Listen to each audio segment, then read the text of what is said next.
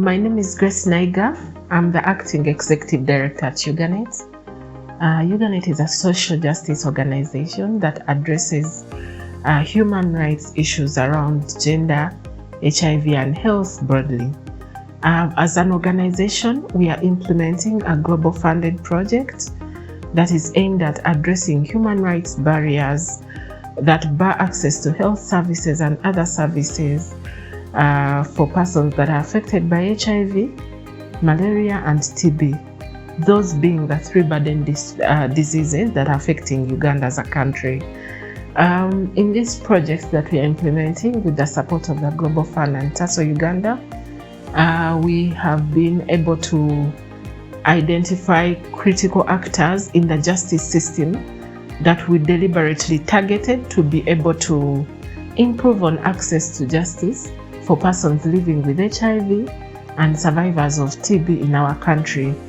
As a country, we realize that we struggle a lot with case backlog, which implies that we have delayed justice. The recent report from JELOS indicates that the average time spent in court for a case is 3 years. That is the average, but it could go on longer. So one of the approaches that the judiciary has been using to address case backlog is to ensure that it uses alternative dispute resolution mechanisms, one of them being mediation.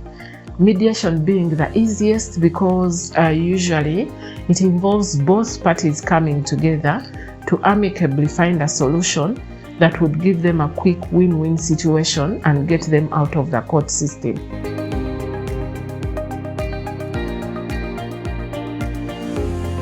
My name is Rita Navachi, a lawyer as well as a mediator working in the Central Region.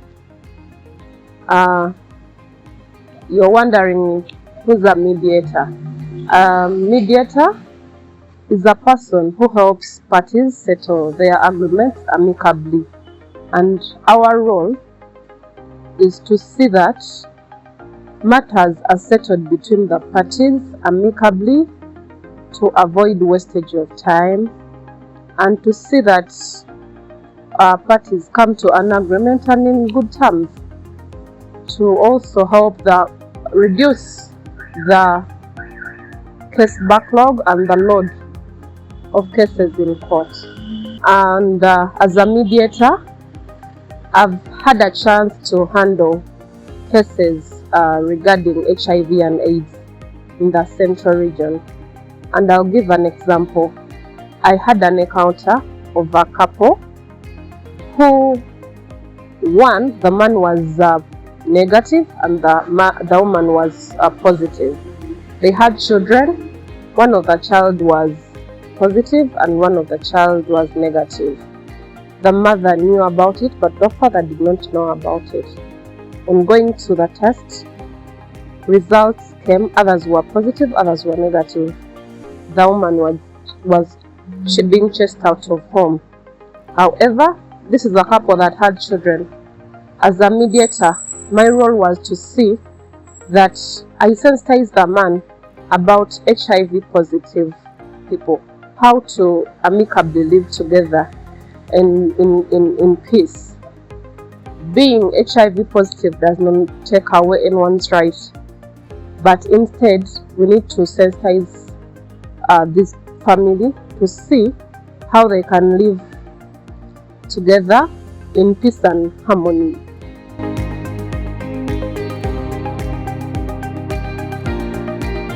So the judiciary has court-annexed mediators that have been trained to resolve disputes that come to court, mostly being the disputes that come as civil cases in the justice system. So UGANET, knowing the importance of court-annexed mediators, sought to target court-annexed mediators to address human rights issues around persons living with HIV, being that like any other person, they're also court users and they seek justice in courts of law.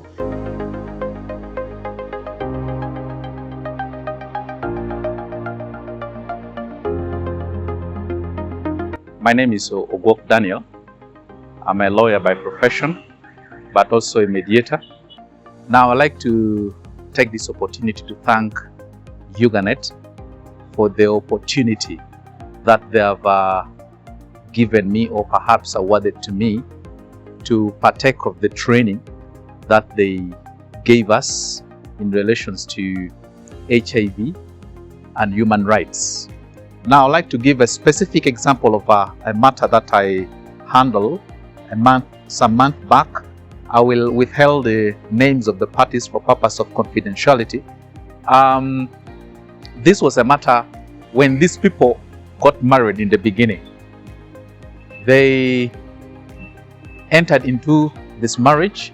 Both parties were negative, HIV negative. But during the subsistence of marriage, they realized that they had HIV. Now, both parties had HIV. Now, the conflict arises on who has brought the virus home, because they were living with HIV. Now, when these issues escalated, they sought for guidance from an assistance from the local leadership, from the clan setting, from the cultural setting. Now, they could not yield any fruits. We had to intervene through a family member that contacted us. I intervened. I guided the parties. First of all, I began with counseling them. I told them, look here, HIV/AIDS does not mean that you are no longer a human being. You are a human being like any other person. You continue living like any other person. You have life like any other person, and you enjoy equal rights. By name, I'm called Dr. Mujoram. I work with the West Nile Mediation Center. I'm court accredited mediator. Originally, we have been mediating much issue about land, family issues, but last year, UGANET invited us for a training in Kampala, where they brought in HIV/AIDS and TB into the system of mediation. We found it a bit unique because we had never experienced that before. Ever since then, we have been in touch with UGANET, and it made us got more into knowing HIV/AIDS component in mediation. And that has helped us also carry on community sensitization about it. One of the most thing that made us look into it was community sensitization that happened in Zombo district, where we're encouraging young people to go and know their status. And so we realized that the majority of the youth don't want to know their status, and issues started coming out, different myths started coming out, where the boys were saying when they get partners, their lovers don't want to go with them to test. So they had to trick them on perception that when the girls take soda, particularly Coca-Cola, it helps the result not to come out positive, so that it hides the results for them. So when we looked into the myth together, we realized that it's the basic myth that has proved medically. We counseled them. We told them how best they can go together and test, and we also taught them to prepare themselves for testing, not like ambushing somebody you love, you want to spend the rest of your life with. You need to have enough time and prepare. You tell the person in advance, so that when you get the person taking Coca-Cola, you don't have perception that the person is trying to disorganize the testing result. At the end of it, we all came back to one understanding that the medical issues are left medically and cannot be confused by soda or any other thing. And I'm happy that they started turning up to test to know their status. So in targeting court-annexed mediators, the plan was that they would be equipped with the knowledge and understanding around human rights issues that affect persons living with HIV and persons that are affected by TB. And in equipping them with this knowledge, the intention was that they would be able to wear a human rights lens and be able to address cases that would present with the HIV components more critically and be able to resolve issues amicably. In doing so, the organization identified and trained 32 court-annexed mediators last year. Since then, the organization has been tracking the results, the performance of these particular court-annexed mediators to see and assess the impact that they have had on their communities as a result of the training that they received. Hello, my name is Moses Ukelo. I'm a mediator trained by UGANET'S.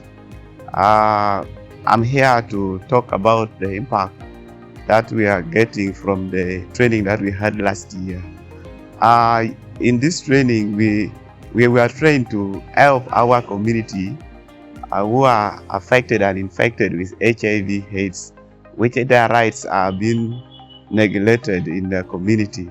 So one of the impacts that I had in my community or in my district in Apache, last year we had a woman who was chased from the clan of her husband because the husband has died. So from there, when we were trained and we went to that place, we tried to make the good relationship from the clan and the family of that woman.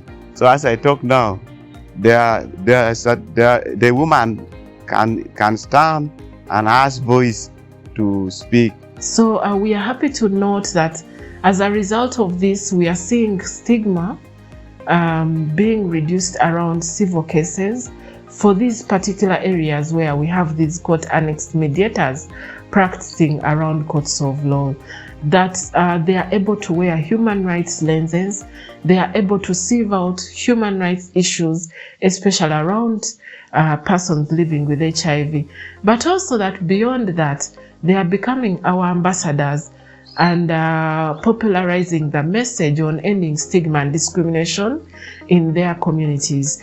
Mediations present as courts that have been extended at grassroots level.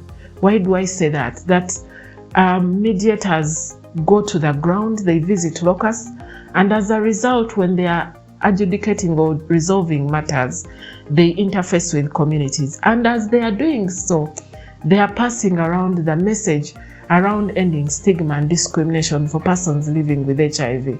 That then comes as a plus for us as an organization, that we sought to help them to see human rights issues of PLHIVs in cases that they are interfacing with. But beyond that, they are now also passing on the message and they are sensitizing their communities around stigma and discrimination to address it at community level. As I conclude, I would like to appeal to the jealous actors that have brought about this good intervention on alternative dispute resolution mechanisms and trained mediators to expand our good intervention beyond the 32 that were trained, to be able to have a bigger number. Probably in the future, in 3 years, we could see the entire team of court-annexed mediators across the country trained in human rights issues around HIV. Thank you.